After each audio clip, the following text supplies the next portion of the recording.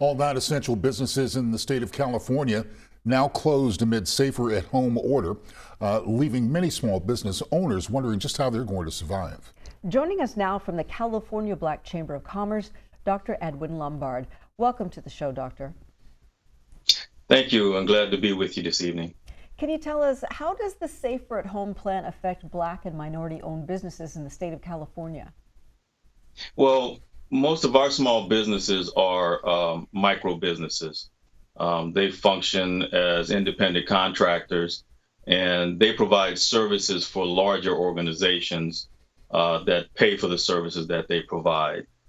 Once the larger organizations are no longer functioning, the small businesses that we provide are not being used as regularly, and they're not being paid. And therefore, this is having a devastating effect on our Black small businesses. Here in the state, there is some disaster relief loans that are being made available. And those are great, and especially for organizations that have employees. It's benefiting their employees, but for our micro businesses, this is not helping us in any way, form, or fashion.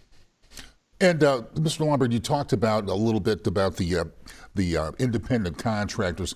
What is this doing as far as Black entrepreneurship is concerned, and how hard is that portion of the population going to be hit? Well, as you know, Black entrepreneurs depend very heavily on the day-to-day activity that they get paid on. They get paid for. Once the services are no longer being used, you're not being paid.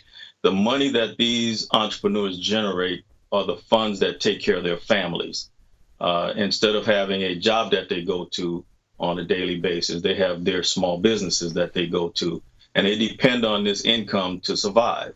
So when there is no activity for these businesses, those families are not being provided for financially. Therefore, there's no money to buy food or just the basic needs that they have.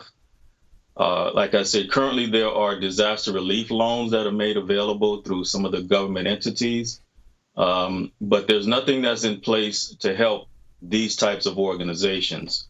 And what we're asking for, we're having meetings with the governor and some of the mayors throughout the state, asking for a bailout, some type of a bailout or zero interest loans that these organizations can get in the very short term, so that they can stay alive and viable during this crisis.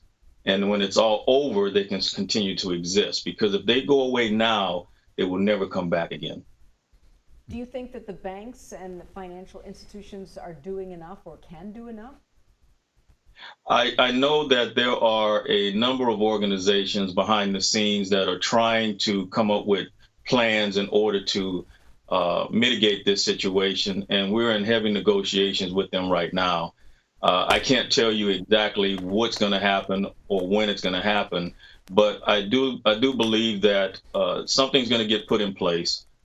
We all have to work together in order to get through this. Back in 2006, there was a time when we decided that the big banks were too big to fail.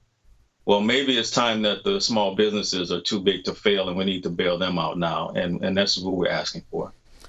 All right, Mr. Edwin Lombard III, thank you so much for your time and for your insights, and we wish you well going forward.